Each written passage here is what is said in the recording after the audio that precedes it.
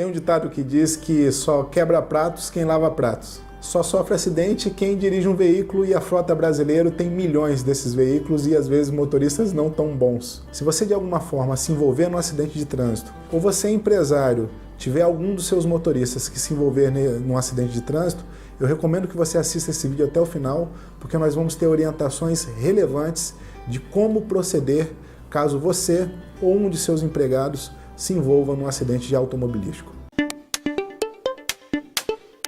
É fato que quando a gente se envolve num acidente de trânsito, sempre gera um transtorno. No mínimo vai gerar um dano material, ainda que não tenha nenhum outro veículo, ainda que você tenha batido num poste, que você tenha se acidentado em razão de um buraco, e vai gerar também um desgaste emocional, um desgaste com a outra parte quando existem outras pessoas envolvidas nesse acidente de trânsito. E é exatamente por isso que eu estou produzindo esse vídeo, para que você saiba como se portar e quais providências você vai tomar caso você ou algum dos seus funcionários esteja envolvido no acidente de trânsito. É fundamental que você siga essas dicas para evitar que as situações se compliquem para muito além dos prejuízos financeiros que esse evento vai acabar resultando.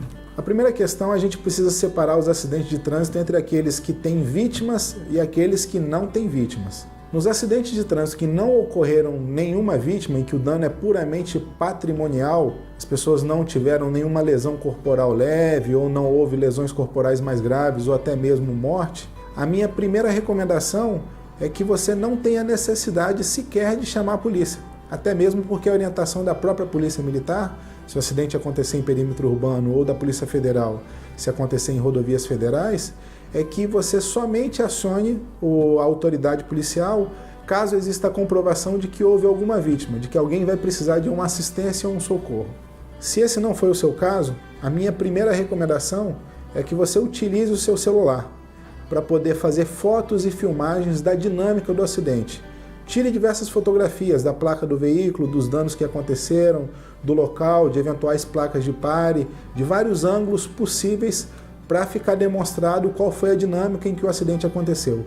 Muitas vezes, os vídeos e fotografias que você produzir com o seu celular vão ser mais úteis até mesmo que um boletim de ocorrência que seria produzido por um croquis policial. Uma outra orientação é que depois de feito isso, depois de produzir as suas provas, você retire o veículo da via o mais rápido possível, caso não exista vítimas. Geralmente as pessoas falam que querem aguardar a polícia para poder verificar quem é que está certo e que está errado. A autoridade policial não pode, não tem o poder, não tem a competência para dizer quem está certo ou quem está errado no acidente de trânsito. A autoridade policial simplesmente vai descrever o fato, vai descrever o evento, cabendo, se houver uma ação judicial, ao juiz do caso dizer quem está certo e quem está errado. Ou seja, não faz o menor sentido você manter o veículo na via, obstruindo o direito de ir e vir de outras pessoas para aguardar a autoridade policial, já que, como a gente disse, o policial não vai poder dizer para você se você está certo ou se está errado. Siga essas orientações de tirar fotos, fazer fotografias, verificar a dinâmica do acidente, que vai ser muito mais útil. E outra, a própria lei, o Código de Trânsito Brasileiro, diz que a obstrução de vias gera multa. Você pode, inclusive, ser multado se continuar aguardando a autoridade policial chegar se tiver um acidente sem vítimas. A única exceção em que é exigido o chamamento da polícia no caso de acidente sem vítimas é se o acidente tiver decorrência de um crime. Eu vou exemplificar. Vamos supor que uma das partes que estivesse dirigindo o veículo seja um menor de idade, ou que uma dessas partes esteja embriagada. Aí, nesse caso, sim, é recomendável que você chame a autoridade policial para atestar a ocorrência de um crime. Uma outra situação que costuma acontecer em acidentes sem vítimas são as partes acabarem entrando num acordo por si só, sem a necessidade de ações judiciais. E aí, quando as partes fazem acordo, não dá para você ficar esperando o advogado chegar para fazer um documento extremamente formal. É possível que isso seja feito no próprio local do acidente. E a minha recomendação é que, se você chegou num acordo com a outra parte do acidente, é que você faça um vídeo. Você faça um vídeo relatando o acordo e, se possível, gravando junto com a outra parte, ou pelo menos filmando ela em algum momento,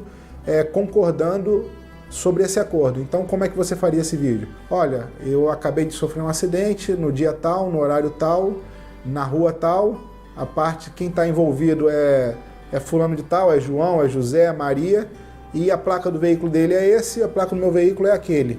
e nós combinamos que... E aí relatar qual foi o combinado. Eu vou pagar para ele o prejuízo dele, ele vai pagar o meu prejuízo, cada um vai ficar com a sua parte, ele vai me pagar 70%. É realmente fazer uma gravação desse conteúdo para que futuramente as partes não se arrependam e você não tenha produzido nenhuma prova caso a parte não honre com o acordo que acabou fazendo com você no momento do acidente. Uma outra dúvida muito comum que acontece é quanto tempo eu tenho para registrar um boletim de ocorrência, se acontecer um acidente. E aí a resposta depende, você tem 2 prazos. O primeiro prazo é se acontecer no perímetro urbano, dentro de uma cidade, num bairro, você vai ter até 6 meses depois para poder fazer o seu boletim de ocorrência. E como eu estou orientando você, se não tiver vítimas, você retirar o carro e fazer o boletim de ocorrência depois, você vai poder fazer isso através do site da autoridade policial, da Polícia Militar. Eu não conheço nenhum estado em que não seja possível fazer isso pela internet. E, inclusive, fazer o upload, colocar no boletim de ocorrência as fotografias e os vídeos que você fez do acidente. Todos os sites que eu conheço das polícias militares que fazem boletim de ocorrência dão essa opção, dão essa funcionalidade para que você insira arquivos, documentos, áudios, vídeos e fotografias para fazer a confecção do seu boletim de ocorrência. Agora, se o acidente com seu veículo aconteceu numa rodovia federal ou estadual, o prazo é de 60 dias. Então é importante que você fique atento para verificar aonde aconteceu o acidente com você. Você vê que o prazo reduz bastante caso o perímetro seja de rodovia federal.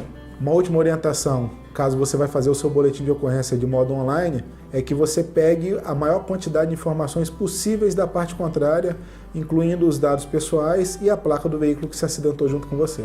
Agora, se lamentavelmente o acidente tiver resultado em vítimas, fatais ou não, a minha recomendação é completamente diferente. A primeira é, por uma questão de segurança, você sinalizar o local para evitar que novos acidentes aconteçam e preservar sua própria segurança e das demais vítimas que estão no acidente. A segunda orientação que eu dou é de você preservar o local. Se no acidente sem vítimas eu recomendei que você tirasse os veículos para preservar a fluidez do trânsito, no acidente com vítimas é altamente recomendável que você não mexa em absolutamente nada na cena, a não ser que você tenha que prestar socorro a uma das vítimas. Então a recomendação é preserve o local até que chegue a autoridade policial.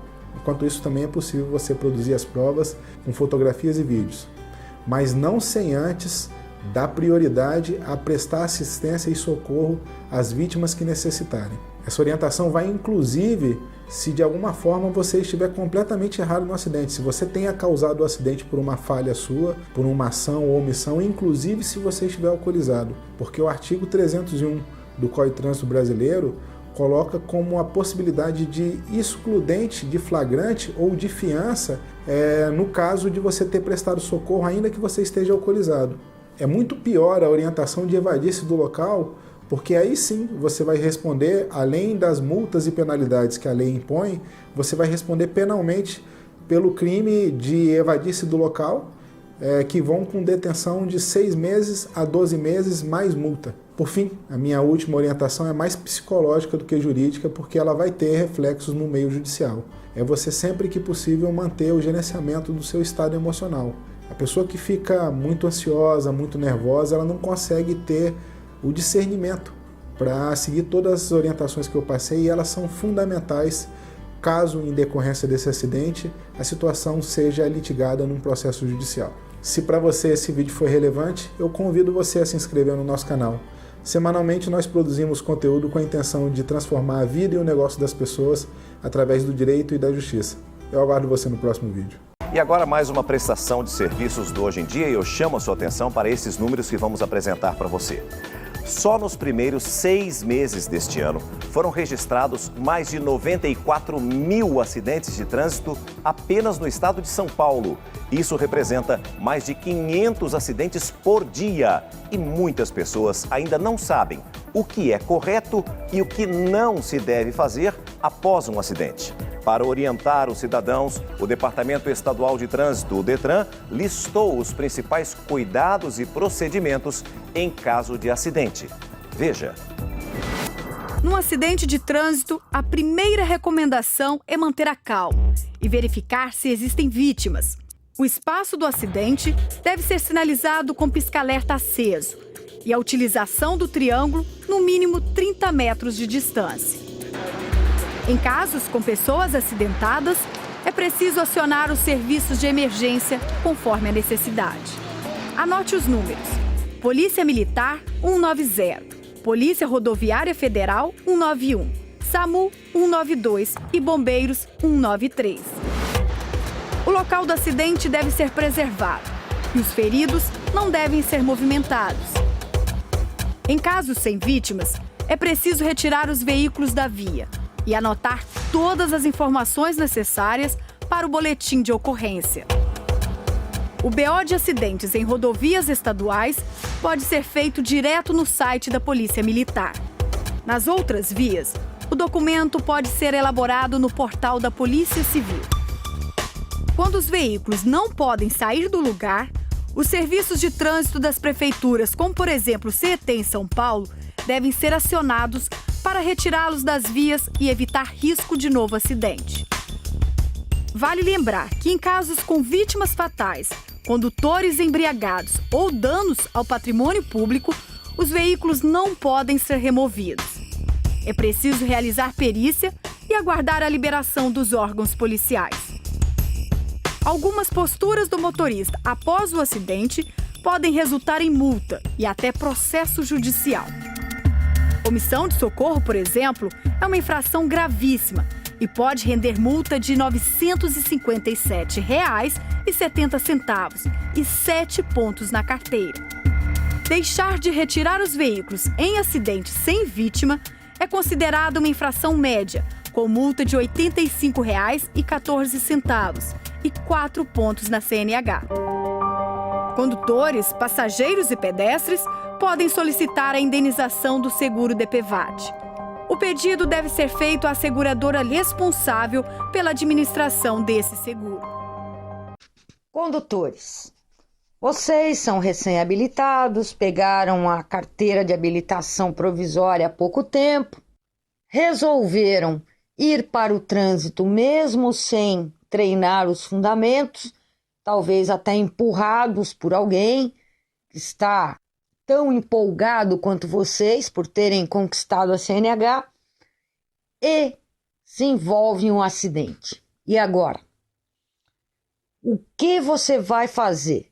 Qual é a sua atitude daí para frente a partir do momento que se envolveu no acidente? Bom, pessoal, como diria Jack o Estripador, vamos por partes. Primeiramente, você tem que avaliar a extensão do dano nesse acidente. Veja se está todo mundo bem no seu carro, no carro da outra pessoa. Evite discussões, é um susto, é um momento que quem já passou sabe muito bem como a gente se sente, mas não vamos perder a calma. Nesse momento, houve a batida, houve a colisão. Vamos ver se está todo mundo bem dentro do seu veículo, vamos ver se está todo mundo bem no outro veículo também. Dirija-se a outra pessoa de forma educada. Se a outra pessoa vier com grosseria, peça para a pessoa se acalmar. Você não está gostando de estar naquela situação, assim como ela não está. Tentar manter a calma. Seguro. Tem seguro? São duas palavrinhas milagrosas. Às vezes a pessoa vem toda estúpida ou meia truculenta. Tem seguro. Não adianta ficar nervoso. A pessoa já vai se acalmar. Se o acidente for leve, sem vítimas, diz o artigo 178 do Código de Trânsito que os condutores devem tirar os seus veículos da via. Sempre tem aquela ideia, né? Deixa tudo aí, não mexe em nada até a guarda de trânsito chegar.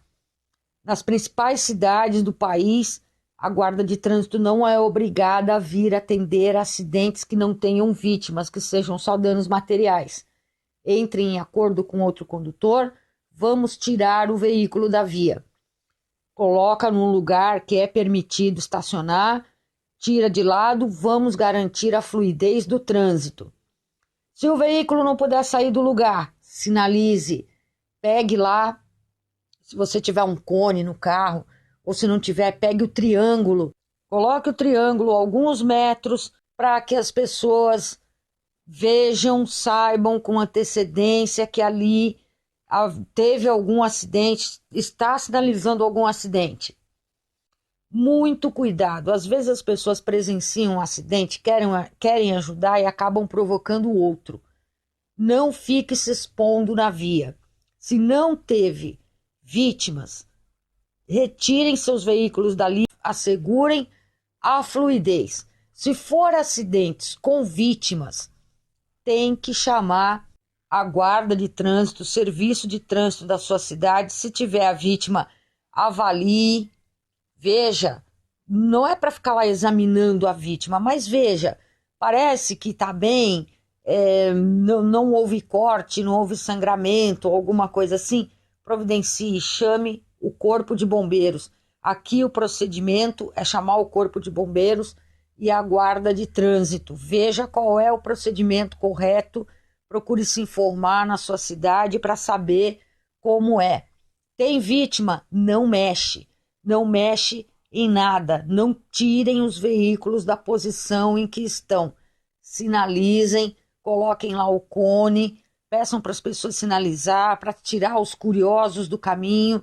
Muitas pessoas veem um acidente e começam a reduzir a velocidade, começam a parar o carro para olhar, para fotografar, compromete a fluidez do tráfego. Bom, se foi aquele acidente leve, que uma boa conversa já resolve por ali, anote a placa do veículo ou do outro, se tiver mais de 2 veículos envolvidos. Pegue o nome do condutor, pegue o telefone, pegue o celular, peça algum documento. Olhe lá, anote o que você puder anotar. Peça com gentileza, peça com delicadeza. Fotografe o acidente de diferentes ângulos, como ficou o seu carro, de frente, de trás, de lado. Pegue algum ponto de referência, algum semáforo, alguma sinalização, tudo isso inclua na foto. É muito importante fazer o boletim de ocorrência de acidente de trânsito. Ou vocês entram num acordo e se dirigem à delegacia especializada ou não, mas onde vocês devem registrar o boletim, vão juntos. Se não der, vocês podem fazer o boletim de ocorrência de acidente de trânsito também pela internet. Coloque essas fotos que você fez, detalhe. Depois de feito o boletim, tem até 6 meses para decidir judicialmente essa questão, se for necessário. Não é necessário, num primeiro momento, contratar advogado. Existem as varas e os juizados especiais para acidentes de trânsito, para causas no valor de até 40 salários mínimos. Então o estrago não deve ter sido tão grande. Pergunte se a outra pessoa tem seguro também. Se ela puder acionar o seguro dela, você não vai acionar o seu. Muitas vezes o estrago é tão pequenininho que não vale a pena acionar o seguro. A sua franquia lá é de R$1.000, R$1.200 e o estrago foi de 300. Nesse caso, tem que tirar do bolso. Na hora ali que houve a ocorrência que estragou o carro, sempre tem alguém que vai. O culpado foi você, o culpado foi você, foi você, foi você. Tentem chegar a um acordo. Ali não é hora de ver quem foi culpado, quem não foi culpado. Se foi fácil de identificar o culpado, seja você ou foi o outro, se não tiver seguro, façam um orçamento em 3 oficinas diferentes.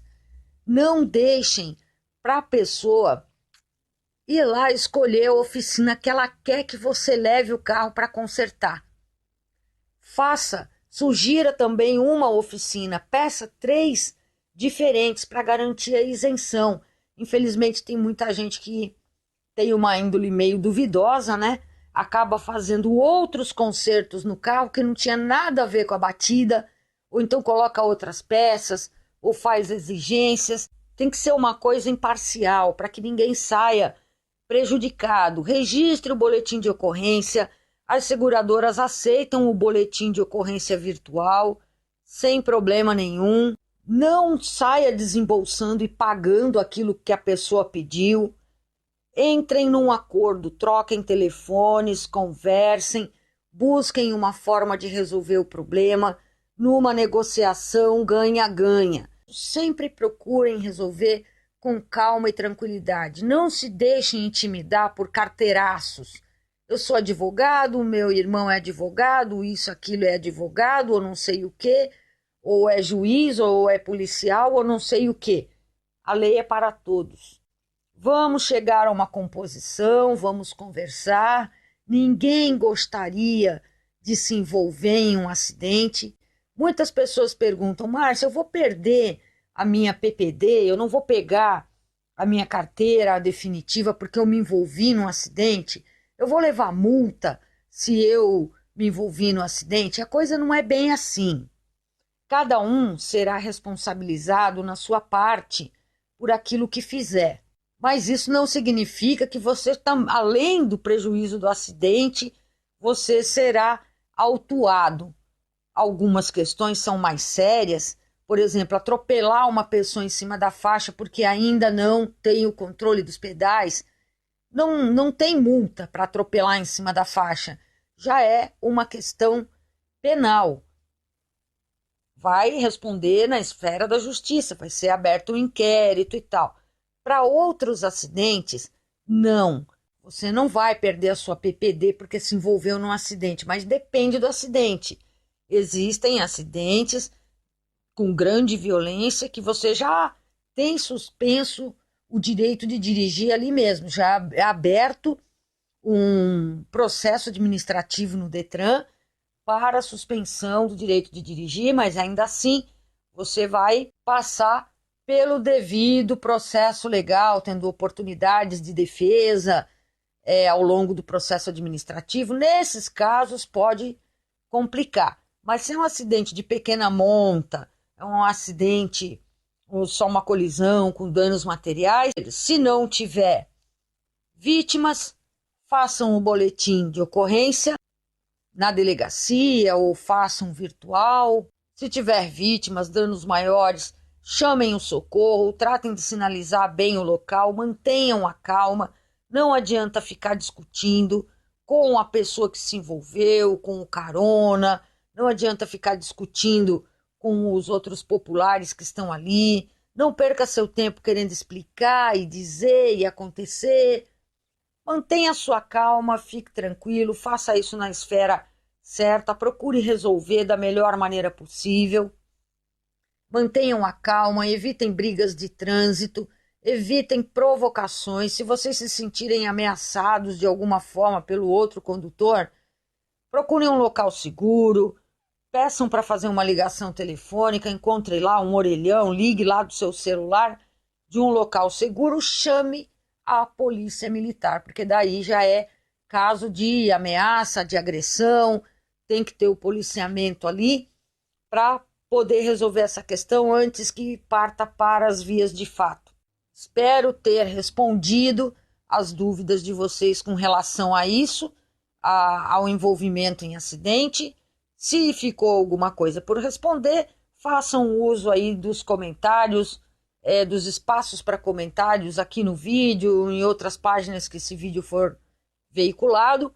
Me marquem e eu respondo para vocês sim, sem o menor problema.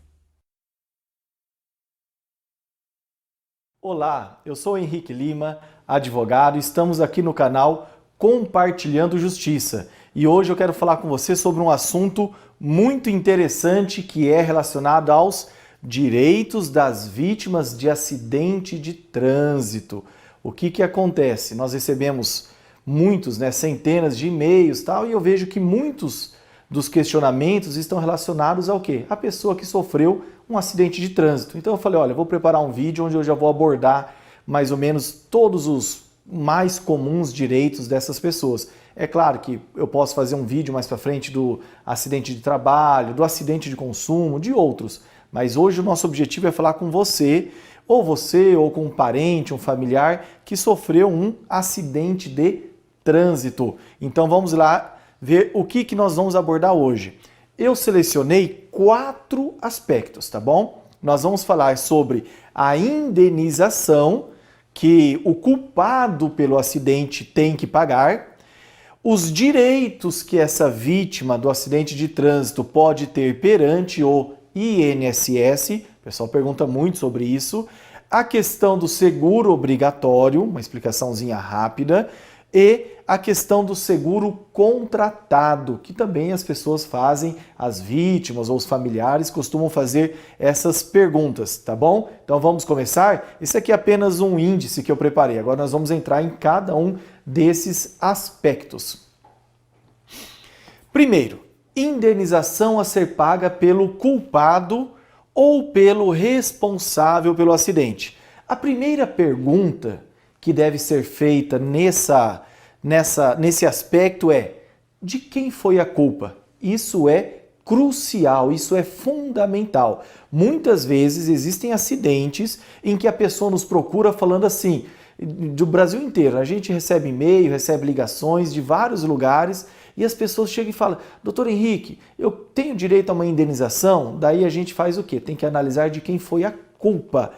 Quem foi o causador do acidente? Quem foi o responsável pelo acidente? Ou quem foi o culpado?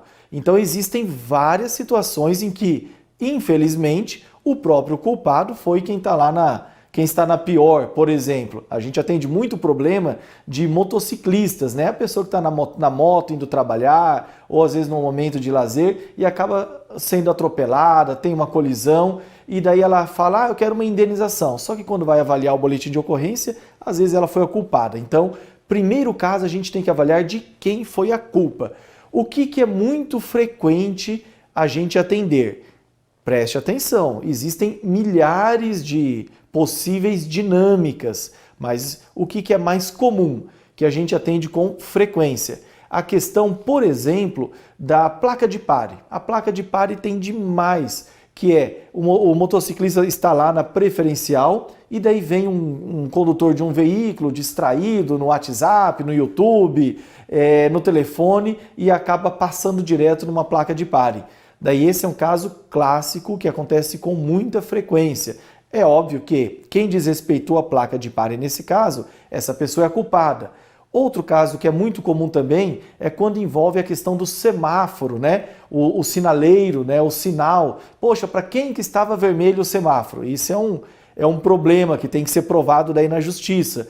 Às vezes o motorista de um lado fala que o sinal estava verde para ele e o motorista do outro fala que estava verde para ele. Daí a gente tem que ver quem tem as melhores testemunhas, qual testemunha está falando a verdade, para a gente tentar descobrir. Outra situação que é comum também relacionada a essa questão da culpa, que eu sempre chamo a atenção, é a tal da mudança de faixa. Sabe quando o motorista está lá transitando, por exemplo, na faixa da direita e ele quer ir para a faixa da esquerda, não dá seta, não dá nada, simplesmente entra. Então acaba o quê? Essa pessoa que fez essa mudança de faixa sem a devida cautela sendo a culpada pelo acidente. Ou, às vezes, a pessoa está lá com o carro estacionado e sai, de repente, sem prestar atenção quem vinha no fluxo, lá na rua, no trânsito, e acaba batendo o veículo também. É óbvio que essa pessoa que teve vamos falar, essa mudança ou essa saída brusca para entrar na avenida, acaba sendo a culpada. Quer ver um outro caso que tem? Esse daí eu atendo demais no interior. Vou falar assim, no interiorzão do Brasil. Sabe aqueles municípios menores?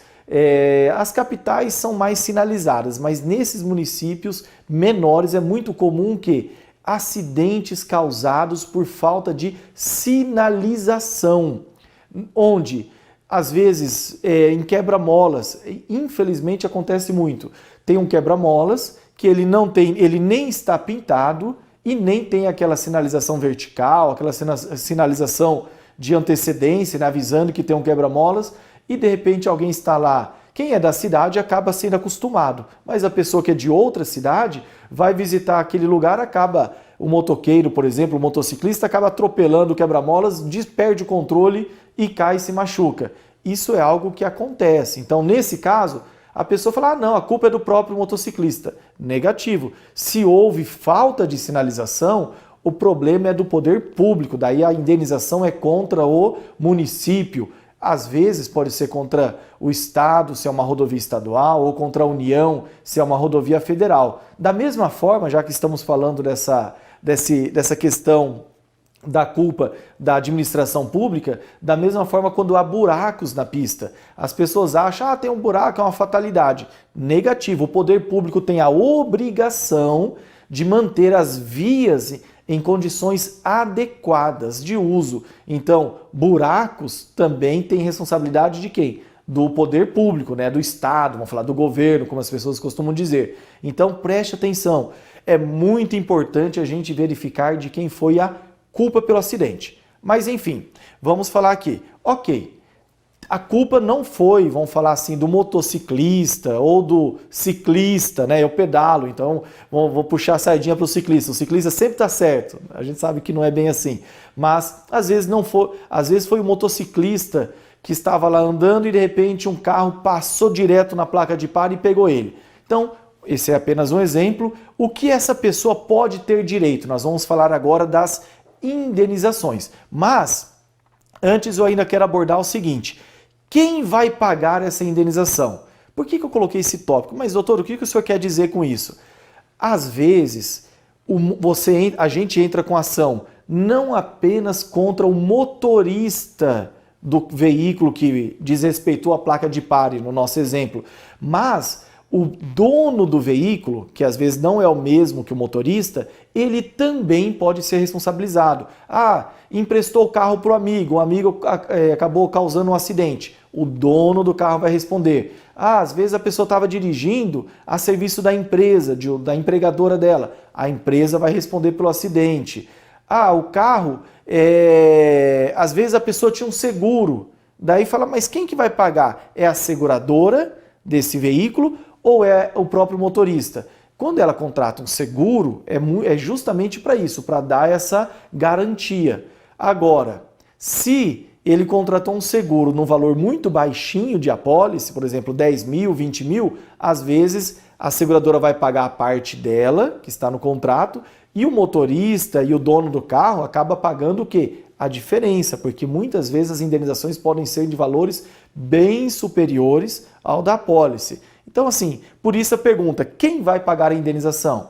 Pode ser o motorista do veículo, pode ser o proprietário do veículo, pode ser o empregador, se a pessoa estava a serviço, pode ser a seguradora, se havia um contrato de seguro. Então, tem que ficar atento a isso também. E o que eu coloquei aqui? Logo no começo, por favor, espero que esse vídeo vale para você pelo menos para isso.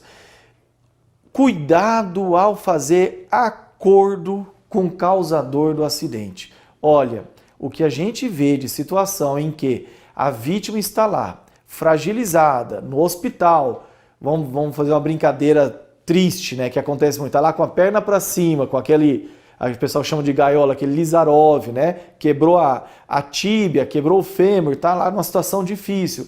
Às vezes ele está sem receber do INSS, que a gente vai falar daqui a pouco. Às vezes essa vítima está lá com conta em atraso, está faltando comida em casa. Daí o que acontece muitas vezes? O causador do acidente, o culpado pelo acidente, vem com uma proposta de acordo. Fala, olha, que situação difícil, nossa, que triste, eu jamais queria fazer isso com você, que realmente não queria mesmo, mas aconteceu, ele tem que arcar com as consequências. Olha, agora vamos fazer um acordo, eu te dou aqui 10 mil reais, 20 mil reais, você assina para mim um documento e a gente resolve por aqui, já te ajudo, você fica tranquilo. Muitas vezes essa vítima do acidente está ali naquele momento difícil e acaba ficando tentada a aceitar fazer esse acordo. Então eu peço, tome cuidado. Muitas vezes não tem como saber, logo no começo do acidente, quais serão as consequências. Olha, às vezes uma dorzinha no joelho, quando a pessoa sai do hospital, fica lá 2, 3 dias no hospital, daí está sentindo uma dorzinha que está incomodando, está piorando. Ela vai fazer um tratamento com um especialista e essa dorzinha é um rompimento de um ligamento do cruzado anterior, posterior, algo grave. E a pessoa pode ter que fazer uma cirurgia, pode ter que pôr uma prótese no joelho, sabe? Fazer algo grave, algo assim bastante invasivo, que pode prejudicar o emprego dessa pessoa, a vida, sei lá, de lazer dessa pessoa, a vida doméstica dessa pessoa que não pode mais ficar em pé, não pode mais caminhar direito. Então, o que eu quero dizer? Que às vezes algo que pode parecer muito simples no começo pode acabar tendo consequências terríveis. E no começo, dificilmente a vítima tem como avaliar a gravidade. Então, se eu puder dar uma dica para você muito importante nesse momento é: não faça acordo. E se você pretende fazer um acordo, procura um advogado que você confie, peça para ele olhar o documento, né? O documento, que na verdade é uma transação extrajudicial, o documento que o causador do acidente vai apresentar para você assinar. Porque muitas vezes naquele documento você está abrindo mão de todos os seus direitos, que daqui a pouquinho nós já vamos na próxima tela começar a falar de cada um deles, tá bom? Então fique atento com isso. E se você falar: doutor Henrique, eu já assinei esse acordo, e agora não tenho mais direito?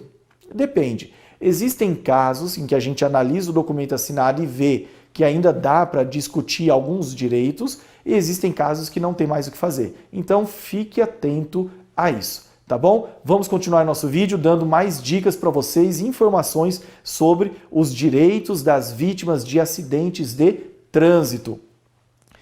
O próximo aspecto agora é falar do seguinte: o que a gente pode ter? Eu costumo descrever em três direitos.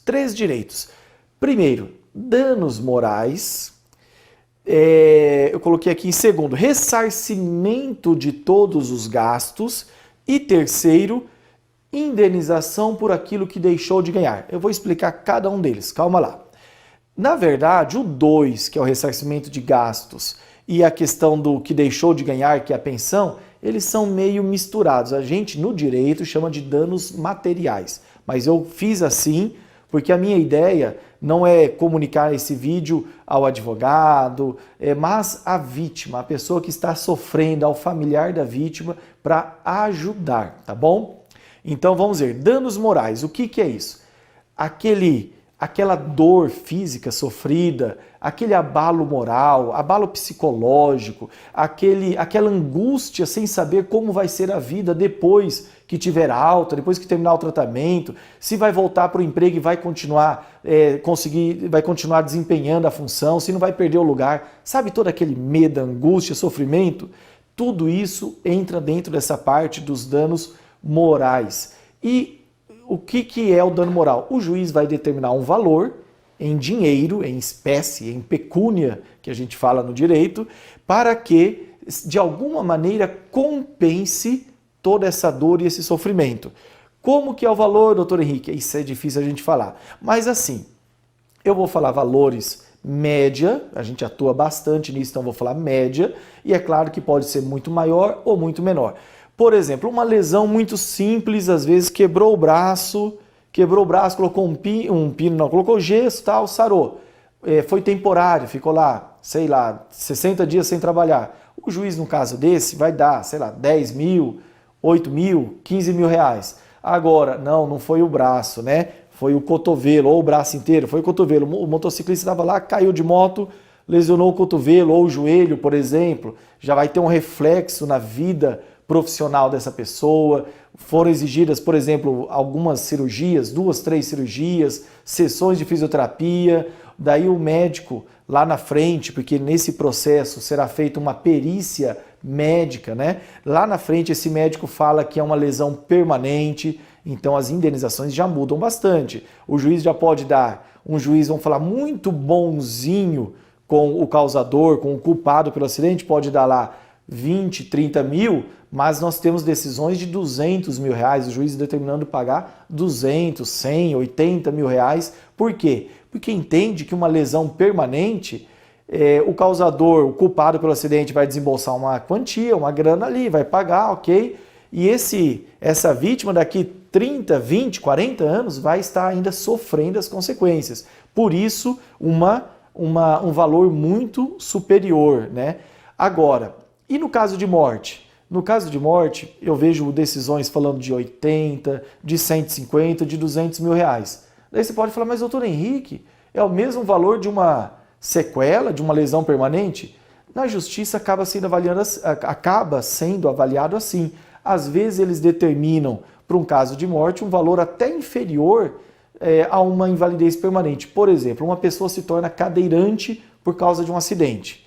Às vezes o juiz vai determinar o quê? Sei lá, 150 mil reais, 200 mil reais. E às vezes no caso de morte, o mesmo juiz determina 100 mil reais, um valor menor. Porque entende que aquela lesão que vai se prolongar no tempo é pior do que o falecimento.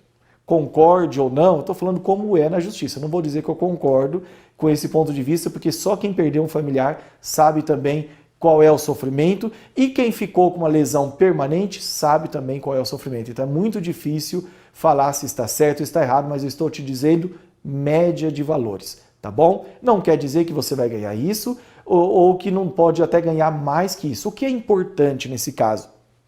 Eu tenho um artigo sobre esse tema, exatamente esse tema, direitos das vítimas de acidentes de trânsito. E nele eu abordo o seguinte: com relação aos danos morais, quando você vai contratar um advogado, tenta relatar para ele tudo que você sofreu. Doutor, meu advogado, eu fiz tantas cirurgias, eu tinha que fazer fisioterapia, eu perdi proposta, eu deixei de ser promovido, eu perdi emprego. Coloca tudo, porque o juiz, às vezes, ao apreciar a sua situação, pode falar: poxa, eu ia condenar o culpado pelo acidente em 50 mil reais, mas o sofrimento dele foi tão grave que eu vou condenar num valor maior. Quer ver algo terrível? Quando a pessoa fratura a bacia. Eu já fui visitar pessoas, né, em casa com bacia fraturada, é muito complicado. Às vezes ela até consolida sem deixar sequela, mas às vezes fica sequela. Porém, naquele período em que a pessoa fica lá imóvel na cama, tendo que ser cuidada, é algo muito constrangedor. Então você tem que relatar tudo isso ao seu advogado para que ele informe ao juiz o processo e consiga para você uma indenização por danos morais de um valor que você entenda justo, ok? Vamos continuar. Ressarcimento de todos os gastos. O que eu quero dizer aqui, nessa parte do ressarcimento de todos os gastos? Que a gente fala também de dano emergente, que é o quê? O que você perdeu. Então, no acidente, você às vezes gastou com remédio, com uma cirurgia, você não quis fazer pelo SUS e você não é obrigado a fazer pelo SUS, fez uma cirurgia particular, às vezes você teve despesa com locomoção. Com a questão do transporte, tome muito cuidado, né, com o deslocamento da sua casa até o hospital, até onde for, tome muito cuidado com o seguinte: você tem que provar que aquele Uber, que aquele táxi foi usado para isso. Então, às vezes a pessoa pega um recibo de táxi de R$80 e não fala qual o trajeto, e o juiz às vezes não manda reembolsar. Então, você tem que provar que todo gasto tem a ver com, uma consequência do acidente. Ah, eu tive que ir para uma outra cidade para fazer uma cirurgia porque na minha não tinha. Você tem que provar isso, que na sua cidade não tinha ou não era um médico tão apropriado para o seu caso. O que mais a gente pode colocar como ressarcimento de gasto? O conserto do veículo, né? Ah, eu gastei tanto para arrumar meu carro, então você pode receber isso de novo. Ah, eu recebi o seguro do meu carro, eu tinha um seguro do meu carro, mas recebi pela tabela FIPE, deu perda total, recebi pela tabela FIPE, mas o valor de mercado do meu carro é 10% a mais, então você pode pedir isso. Ah, eu tive que acionar o meu seguro e perdi bônus, né? Na hora de renovar, o bônus é tão valioso. Você pode pedir isso. O importante sempre é você demonstrar que aquele gasto está relacionado ao acidente, ok? Então é isso que entra na questão do ressarcimento para o gasto. Eu coloquei aqui, liminar para a cirurgia. Isso aí perguntam demais. A pessoa está lá, às vezes está até assistindo esse vídeo numa situação dessa, lá no hospital, está acamada, está puxando a fila, precisa de uma placa de titânio, precisa de um determinado parafuso, de um determinado fio metálico que não tem. Ou eles querem colocar algo de baixa qualidade e o seu médico, a pessoa que você confia, falou: olha, esse não é bom, vai te dar problema, eu preciso de um melhor. E você está lá, sem fazer a cirurgia, enrolando. Você pergunta assim: doutor Henrique, eu consigo que o culpado pelo acidente pague essa cirurgia? Claro, você não tem que ficar esperando pela fila do SUS, não.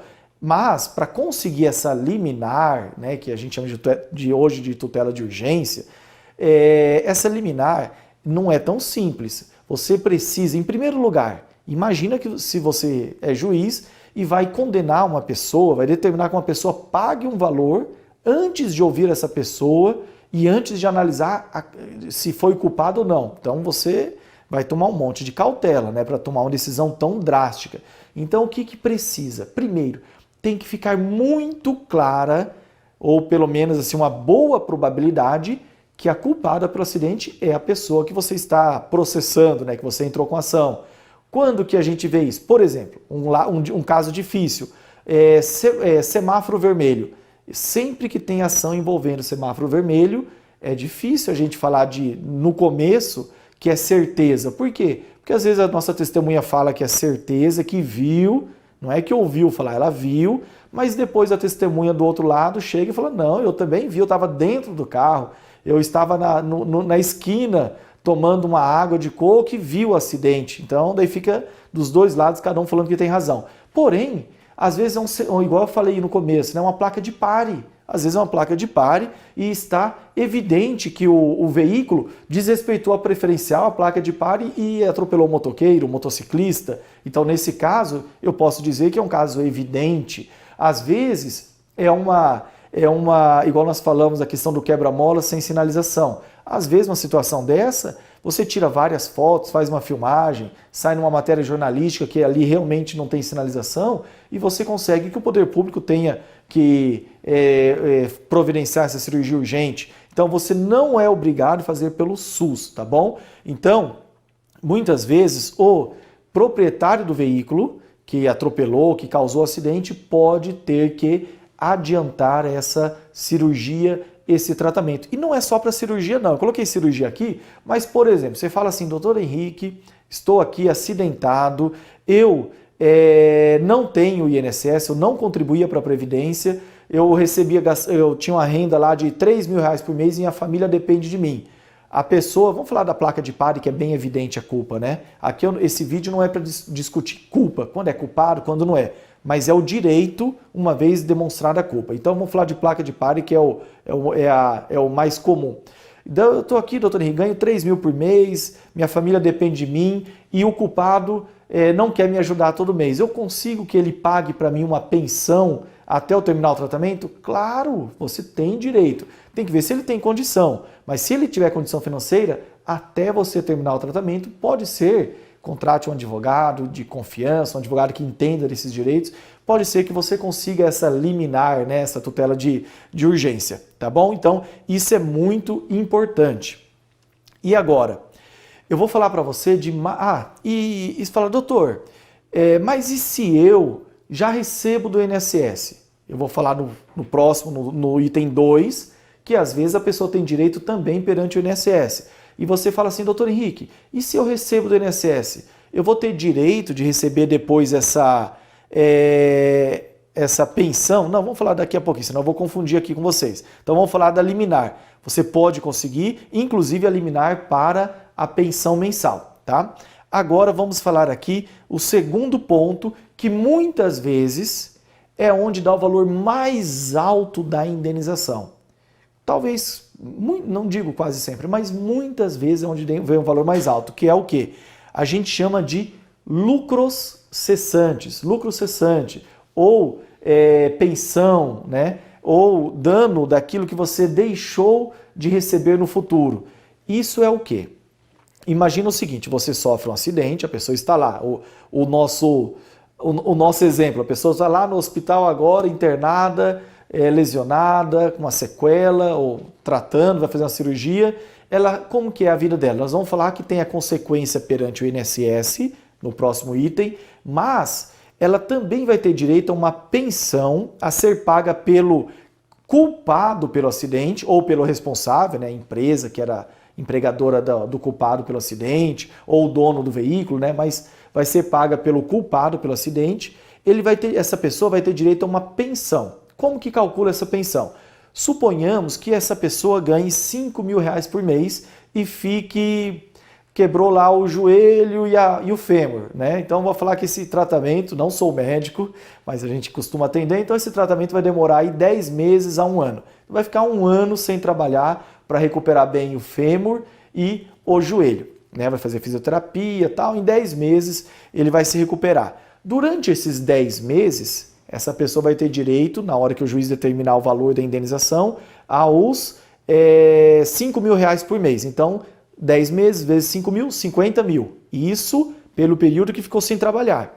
Mas onde que vem o valor que pode ser bem alto, bem pesado para quem foi o culpado pelo acidente? Terminou o tratamento, vamos falar assim, teve mais ou menos uma alta, o médico olha e fala, puxa vida, fulano, você que acidentou e tal, o seu fêmur ficou bom, colocamos aquela haste interna no fêmur, ficou bom, porém, o seu joelho não vai mais ficar igual antes, você não dobra completamente ou não consegue carregar peso, você tem uma dificuldade para subir escada ou para correr ou para trabalhar de motorista, não sei, ficou com uma limitação, por exemplo, de 50% do joelho, 50% do joelho. Às vezes pode ser menos, 20% do joelho é muito comum o motociclista acabar machucando. Mas vamos falar que foi bem grave, colocou pino e tal, 50% do joelho ficou prejudicado. Daí como que calcula? Daí a pessoa fala assim, mas doutor, quando? Fala, olha, isso aí não tem mais jeito, isso daí é permanente, né? A não ser que inventem um tratamento diferente e tal, mas pela medicina hoje você vai conviver com esse problema. É claro que a pessoa acaba acostumando, se adaptando, ela passa a mancar, depois vai prejudicar a coluna se mancar muito, mas ela acaba tendo as dificuldades dela. Porém, o que eu quero deixar bem claro é que se essa pessoa ficar com essa sequela, ela vai ter direito a uma pensão, além daqueles 10 meses que nós demos de exemplo, ela vai ter direito a uma pensão de mais vitalícia por conta dessa sequela permanente. Vitalícia até quando, doutor? Vitalícia até morrer, né? Vitalícia por conta dessa sequela. Mas de que valor, doutor? Se a pessoa ganha R$5.000, essa pensão vai ser do quê? Se a gente está falando que é metade do joelho, o juiz, na verdade, vai mandar fazer uma perícia para o médico do juiz apurar, falar quanto que prejudica o trabalho. Porque, às vezes, os 50% no joelho de alguém que trabalha sentado o dia inteiro pode prejudicar, por exemplo, 10% da profissão dessa pessoa. Às vezes, essa pessoa ela trabalha em serviço braçal, serviço pesado, que carrega bastante peso. E, às vezes, para essa profissão, e ela não tem estudo para mudar, é uma coisa difícil, às vezes, para essa profissão é 90% ou é 100%, não sei. Mas vamos usar, por exemplo, que o médico aponte que, para a profissão dessa vítima, que nós estamos usando de exemplo, o prejuízo seja de 30%. Então, olha lá, ele perdeu grande parte prejudicou o joelho, manca, sente dor, quando muda o tempo, vai carregar peso, não consegue, e a perícia do processo judicial disse que houve prejuízo de 30% para o trabalho. Nesse caso, essa pessoa vai ter direito a uma pensão de 30% da renda dela. Se ela ganhava 5 mil, 3 vezes 5, 15. Ela vai ter direito a uma pensão de R$ 1.500 por mês. Até quando? Se o médico falou que é permanente, uma pensão permanente ou vitalícia, igual a gente chama. Mas, doutor, eu vou ficar o resto da vida recebendo da pessoa... o cara que causou o acidente, que lesionou, que foi culpado, que não foi atento no trânsito, vai ter que pagar. E tem muitos, Brasil afora, pagando isso, tá bom? Então, essa pessoa tem direito de receber o valor mensal que o juiz determinou lá por conta da sequela permanente vitaliciamente. Enquanto ela estiver viva, ela vai receber. Porém, existem casos em que é muito mais interessante essa vítima, a pessoa que sofreu o acidente, pedir para o juiz determinar que o causador, que o culpado pague de uma só vez. Fique muito atento a isso. O Código Civil, tá? Artigo 950, parágrafo único, fala bem assim, que se a vítima preferir, quem sofreu o acidente, pode exigir que o juiz arbitre uma indenização e pague de uma só vez. Doutor Henrique, não entendi. O que isso quer dizer? Imagina que você tem lá 30 anos de idade, sofreu um acidente, ficou com uma sequela, igual nós demos exemplo, é uma sequela no joelho que causa 30% de invalidez. E você ganhava R$5.000 por mês, vai ter direito a uma pensão de R$1.500. Então você vai receber, sei lá, se você viver até 70 anos, aí mais 40 anos de pensão. Só que às vezes você não quer ficar recebendo todo mês, você quer uma indenização. O juiz, daí nesse caso, se você preferir, o juiz ele vai determinar um valor que não necessariamente é pegar tudo que você receberia e mandar pagar de uma só vez, não, tá? Mas ele vai pegar um valor e vai mandar pagar. Como que geralmente calcula? O juiz faz o quê? Ele calcula desde a data do acidente, o tempo que você ficou parado, completamente, o tempo de pensão que você vai ter parcial, soma tudo. Por exemplo, dá lá um valor bem alto, 800 mil reais, 1 milhão de reais pode dar, dependendo do salário desse trabalhador. O mesmo cálculo a gente usa para acidente de trabalho, tá? Nas trabalhistas também tem isso. Então essa pessoa receberia lá, por exemplo, 800 mil reais durante 40 anos, até os 70 e tantos anos. A gente coloca como limite, né, como expectativa de vida, hoje, geralmente 77 ou 79 anos de idade. Então o juiz calcula até os 79 anos. No nosso exemplo, 49 anos de pensão.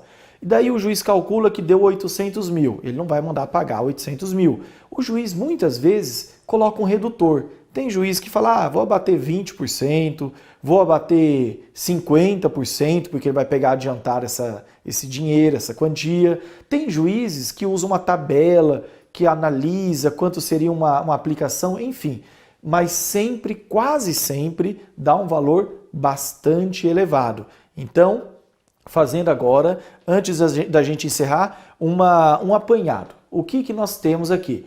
Sofreu um acidente de trânsito, nós vamos falar de quatro direitos, de 4 direitos. Primeiro, a indenização contra o causador, contra o culpado do acidente, o INSS, o seguro obrigatório e o seguro contratado. Nós estamos falando agora da indenização.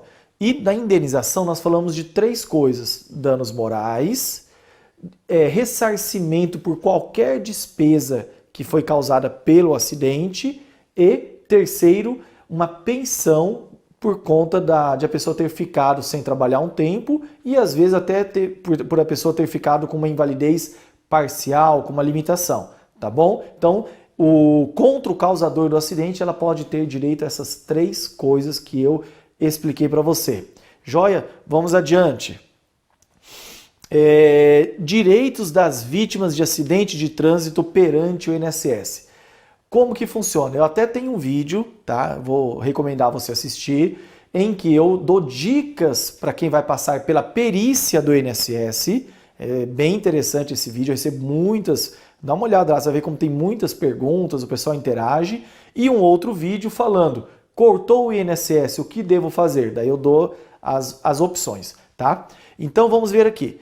Quando sofre o acidente, os primeiros dias, os primeiros 15 dias de alguém que é empregado, fica difícil se eu falar do empregado e o desempregado e o autônomo e o doméstico. Tá? Vou falar do empregado que é o mais comum, tá? Mas o empregado, durante 15 dias, ele vai receber o salário do empregador. Ah, mas não foi culpa do meu patrão. Não importa. O patrão tem que pagar durante 15 dias o salário desse empregado. Se o problema é um pouco mais grave e essa pessoa vai ficar algum tempo afastada, mais do que 15 dias, né? Então, a partir do 16º dia, essa vítima vai receber o benefício do INSS. Quando ela é empregada, o que acontece? O correto é o patrão falar com o contador dele e tal, e já encaminhar o requerimento para o INSS. Mas tem casos em que o patrão abandona o empregado, ou quando a pessoa está desempregada, mas ainda é segurada do INSS, ou quando a pessoa é autônoma, que ela faz o quê? Ela liga direto no INSS, liga naquele 135, não precisa de advogado para fazer isso, não precisa ter um intermediário para fazer, liga no 135 e agenda uma perícia por auxílio doença. Daí tem gente que encrenca com esse nome. Doutor, mas eu sofri acidente, por que é auxílio doença? Eu não estou doente. Esse nome é complicadinho, ele deveria ser auxílio tratamento ou auxílio temporário, porque daí as pessoas iam achar ele melhor. Mas o nome é auxílio doença mesmo, ainda que você tenha sofrido um acidente, tá bom? Esse auxílio doença, eu até coloquei aqui, que ele tem 2 tipos. Auxílio doença comum, se o seu acidente de trânsito não tem nada a ver com trabalho, e auxílio doença por acidente de trabalho, ou auxílio doença acidentário, se o seu acidente de trânsito também foi um acidente de trabalho. Você é motoentregador, está fazendo uma entrega para o seu empregador e sofre um acidente. Além de um acidente de trânsito, é um acidente de trabalho. O valor do benefício, não se preocupe, é o mesmo. O que muda? No acidente, no auxílio doença por acidente de trabalho, você vai ter direito de o empregador continuar depositando o seu fundo de garantia, enquanto você estiver afastado, e quando você voltar do INSS, se tiver alta do INSS, você vai ter direito a 1 ano de garantia de emprego, de estabilidade. O seu empregador não pode te mandar embora durante 1 ano. Fora isso, o valor do benefício é igual, tá bom? Então a pessoa recebe no começo o auxílio doença. Pode receber quanto tempo, doutor Henrique? Não sei. Tem gente que fica 20 dias de auxílio doença, 1 mês, tem gente que fica 3, 4, 5 anos lá fazendo perícias no INSS, pedindo prorrogação, às vezes corta, entra com recurso e tal, ela fica recebendo até um dia que eu falo que existem 3 situações. Ou ela termina o tratamento, ou o médico já fala, não tem mais o que fazer, agora é ir acompanhando e tal. Tem 3 situações. Ou essa pessoa ficou completamente recuperada e daí ela volta a trabalhar, ótimo, graças a Deus está bem. Ou essa pessoa ficou completamente inválida, nesse caso essa pessoa tem direito a receber o quê? Aposentadoria por invalidez. Imagina, a pessoa trabalhava, ficou doente, ficou afastado de receber auxílio-doença durante 2 anos e o médico falou, não tem mais o que fazer, você não vai mais voltar a andar, ou seus joelhos quebraram os 2, não tem mais como trabalhar. Nesse caso, a junta do INSS encaminha, a perícia do INSS encaminha para uma junta onde ela vai ser submetida a uma perícia por 3 profissionais que avaliarão do INSS se ela deve ou não ser aposentada por invalidez. Agora, o que eu deixei por último, que eu quero dizer, é o terceiro caso, que é o que mais a gente atende relacionado a acidente de trânsito, que é o de a pessoa nem ficar totalmente inválida e nem completamente recuperada. A pessoa volta a trabalhar, mas ela volta com sequela. Lembra do nosso exemplo daquela vítima que machucou o joelho, ficou com 30% de incapacidade, ainda que seja 10, 5, 15, ficou com alguma limitação para o trabalho. Isso é muito comum, né? O joelho, punho, as articulações costumam deixar mais sequelas do que só os ossos, né? Mas existem casos e casos, como eu falei no começo do vídeo. Então, nesse caso, existe um direito que é muito importante, que chama auxílio acidente. Tá aí o auxílio acidente que eu queria receber no começo. Não, esse auxílio acidente não é pago no começo, ele é pago depois do auxílio doença, se a pessoa ficar com alguma limitação permanente para o trabalho. A lei fala quando resulta sequelas que causem limitação para o trabalho. É o que a lei fala. Tá bom? Então é muito importante esse direito e muitos voltam a trabalhar, acostumam ali elas se adaptam, elas começam a andar de um jeito diferente ou começa a fazer menos força no braço afetado, usa mais o outro e toca a vida e deixam de ir atrás desse benefício que chama auxílio acidente. E ele é muito bom. Por quê? Ele é metade do valor de uma aposentadoria. Imagina o caso que nós demos ali o exemplo, a pessoa tem um salário de R$5.000 por mês. Suponhamos que o auxílio doença dela era também de R$4.000, de R$5.000, porque não é exatamente o último salário que calcula o auxílio doença, faz uma média das contribuições, das maiores contribuições e tal, e faz o cálculo. Suponhamos que o benefício dessa pessoa era aí de R$5.000, por exemplo, vamos usar os 5.000 de exemplo. Quanto que vai ser esse auxílio acidente? Auxílio doença não é 100% da média, ele é 91% da média. Então, se fosse aposentado por invalidez, ele ia ganhar 9% a mais. Então, suponhamos que a aposentadoria por invalidez fosse R$5.000, para não fazer conta agora aqui. Eu sou advogado, eu não sou contador. Suponhamos que fosse R$5.000. A aposentadoria por invalidez. O auxílio acidente vai ser R$2.500. Olha que beleza. Você pode voltar a trabalhar na mesma função que você fazia, só que a lei exige que você tenha que fazer mais esforço, que você tenha mais dificuldade, ou você pode mudar de função, ou depois ser mandado embora e arrumar outro emprego, ou fazer um concurso, ou não trabalhar. ou tocar a vida do jeito que você achar melhor. Você vai receber vitaliciamente esses R$ 2.500 ou metade do valor que seria a sua aposentadoria, daí cada caso é um, né? Você vai receber esse benefício. Nesse caso, não dá para fazer aquilo que eu falei no tópico anterior, da indenização, onde pede para o juiz fazer um cálculo de tudo e determinar uma indenização. Não dá, tá? Isso aqui é o INSS que vai te pagar. Você vai receber mês a mês. E muitos deixam de ir atrás desse direito. Chama atenção mais uma vez. Olha, existe uma discussão na justiça se a pessoa que recebe do INSS o benefício também pode receber do culpado pelo acidente a indenização da pensão que nós falamos.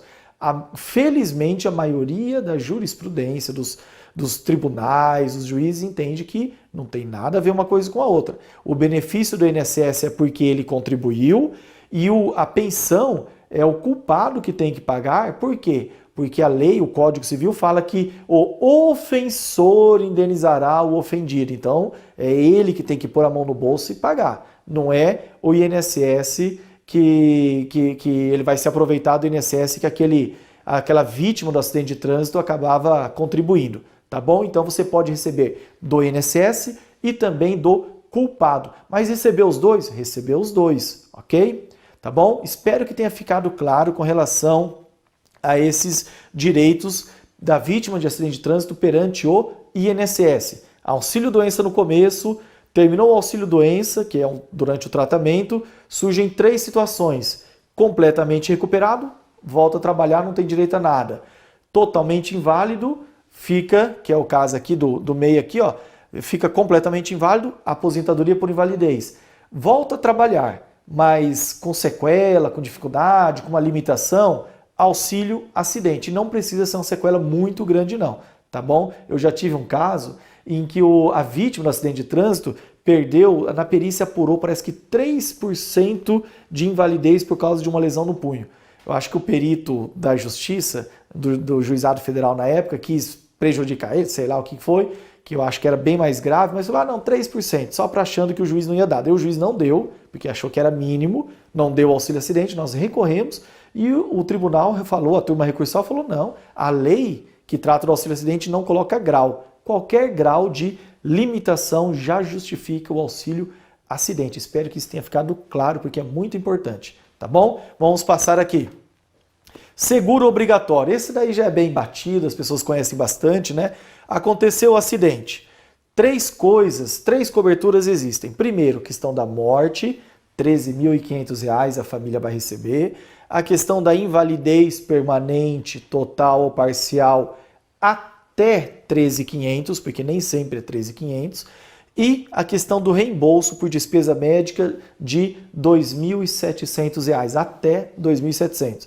Onde tem, o que eu posso chamar a atenção aqui? Primeiro, não importa quem foi culpado. Se a vítima foi a culpada, furou o sinal, estava embriagada, dormiu em cima da moto, do volante, não importa, sofreu um acidente, é automático, vai ter direito. Se morreu, a família recebe e nesses outros 2 casos ele também vai receber. Ah, mas estava em atraso o seguro obrigatório, não tem problema, vai receber mesmo assim.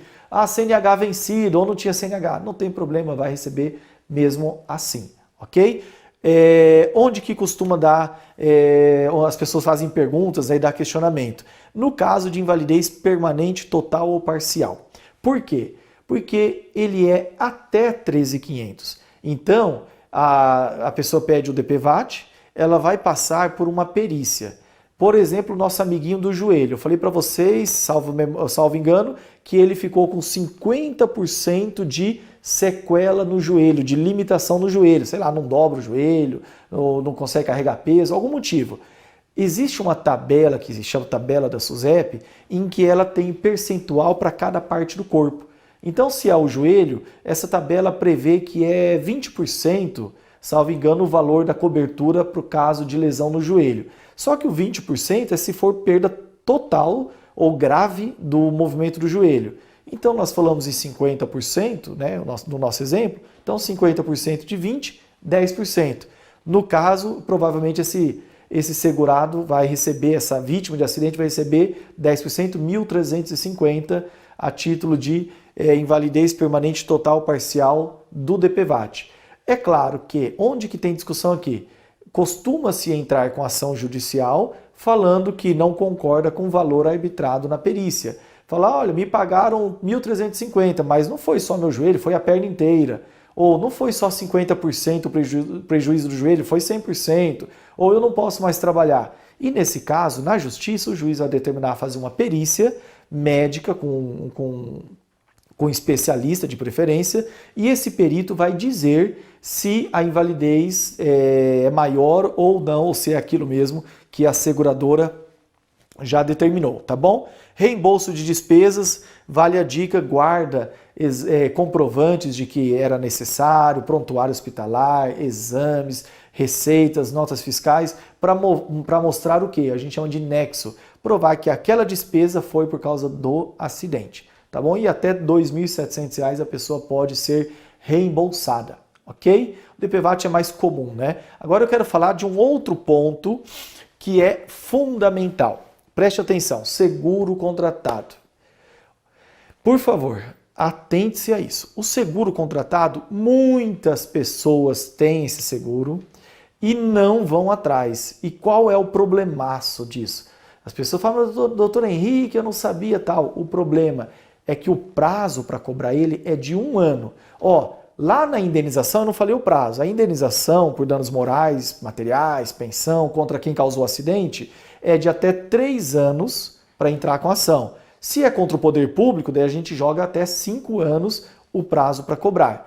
Aqui no seguro contratado é até 1 ano. Só que é claro que se teve uma situação que passou de 1 ano, a justiça entende que 1 ano é do final do tratamento ou de quando a pessoa recebe a notícia de que a sequela dela é permanente, de que a invalidez é permanente. Daí começa a contar 1 ano, então não é bem do acidente, mas tem que agir rápido, porque 1 ano voa, né? Passa rápido.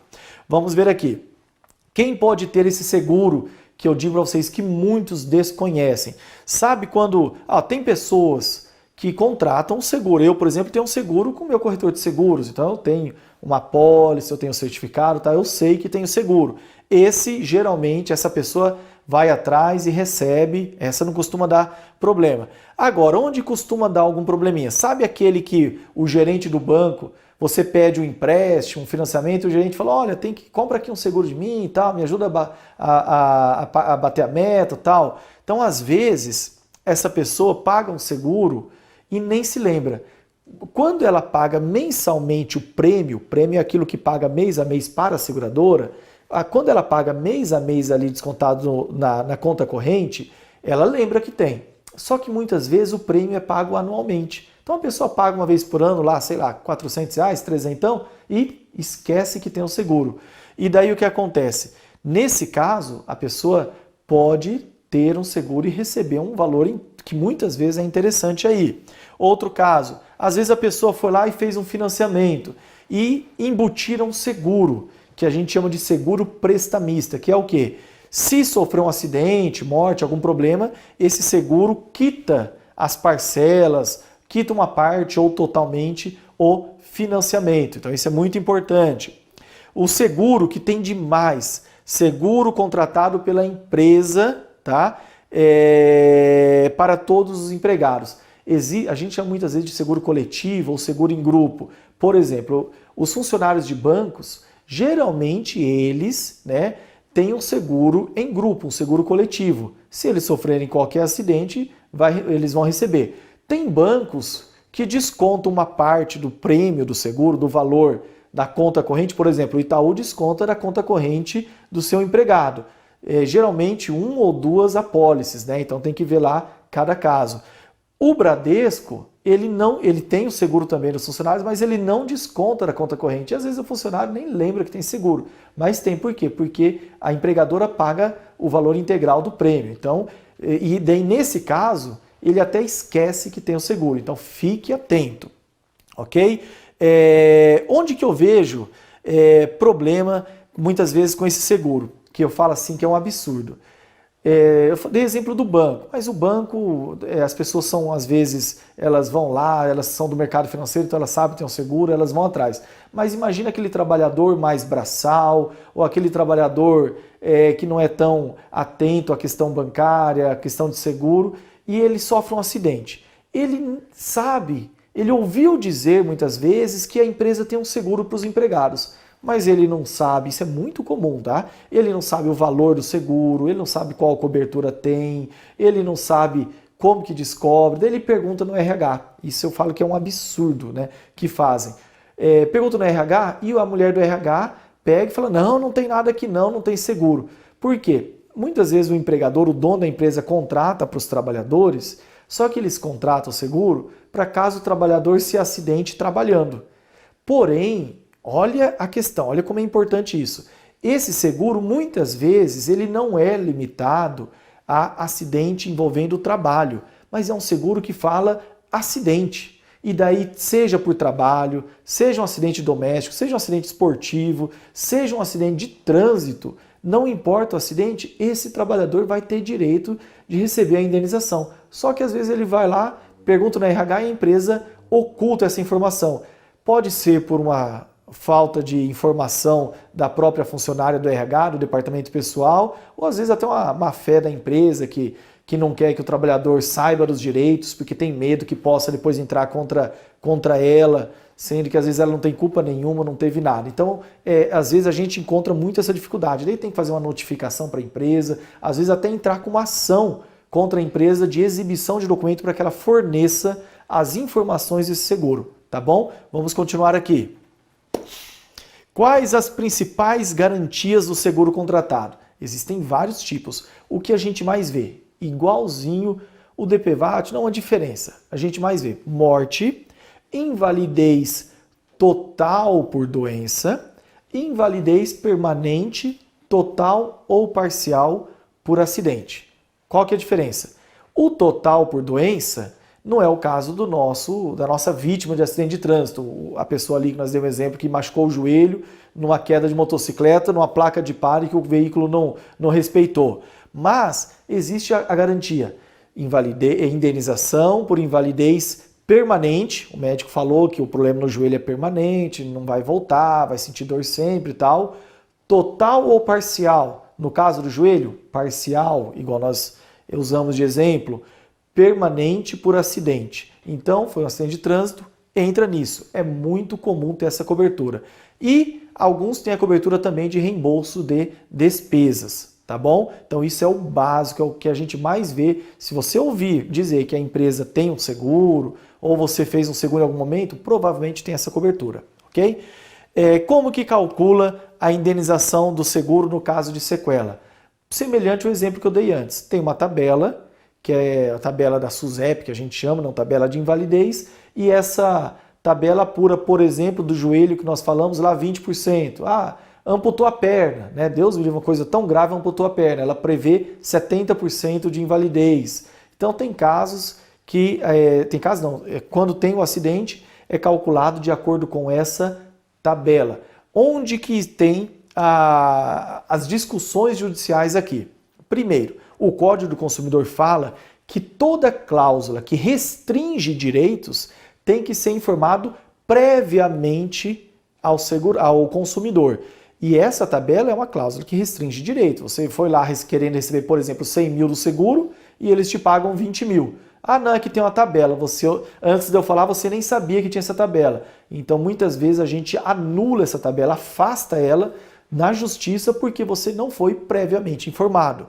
Ou, às vezes, o juiz não afasta a tabela, mas aquela invalidez, por exemplo, 50% do joelho, geralmente vai dar uma indenização de 10% do capital segurado. Suponhamos que o seu seguro é de 150 mil, 10% vai receber 15 mil. Só que você trabalha de motorista de ônibus e o médico falou, você está 80% inválido para a sua profissão. Então, nesse caso, você vai ter direito, você pode entrar com uma ação na justiça pedindo o quê? Excelência, eu não concordo com os 10%, eu quero mais 70%, eu quero os 80%, porque é a invalidez para minha profissão. E tem juízes que condenam, muitos, né? Condenam as seguradoras a pagar essa diferença, tá bom? Mesmo que você, é o último que eu coloquei até ali embaixo, mesmo que você tenha recebido, às vezes, um valor inferior, assinei um recibo para a seguradora, tal, você pode entrar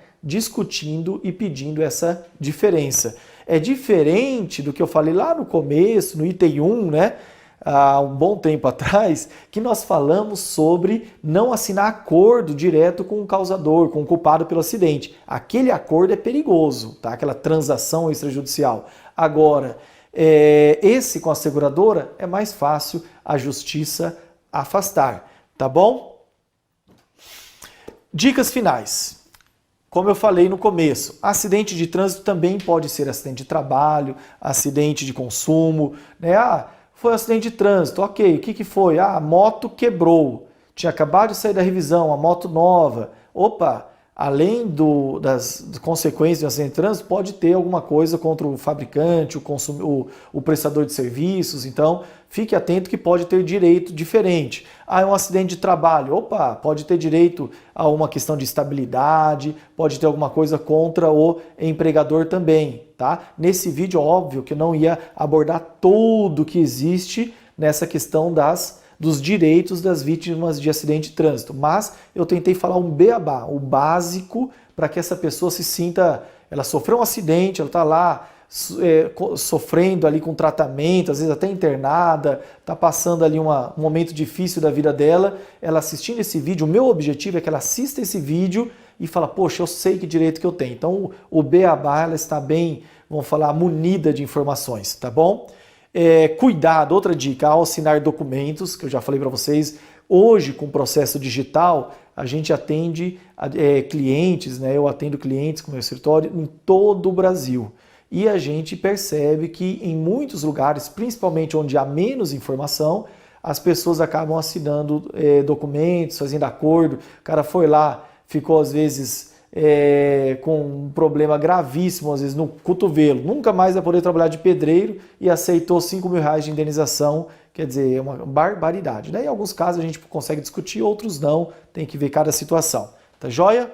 E você pode também entrar na nossa página, na minha página, henriquelima.com.br, onde você vai ter livros, artigos, vídeos e tem o meu contato. Às vezes você está lá numa situação, não sabe fazer, quer um conselho. Eu, como advogado, apesar da gente ter a vida bem corrida profissionalmente, eu tenho escritório em 3 estados, em algumas cidades, mas a gente tem o prazer, né? Eu fiz um juramento perante a OAB e perante a sociedade de orientar e ajudar as pessoas. Então eu tenho prazer em prestar informações e saber que muitas das injustiças que a gente vê pelo Brasil afora, né, que a gente acaba atendendo os clientes em outros estados, tal, a gente vê que se essa pessoa tivesse uma informação de qualidade, ela poderia ter um desfecho diferente daquela situação, tá bom? Forte abraço, muito obrigado e até a próxima.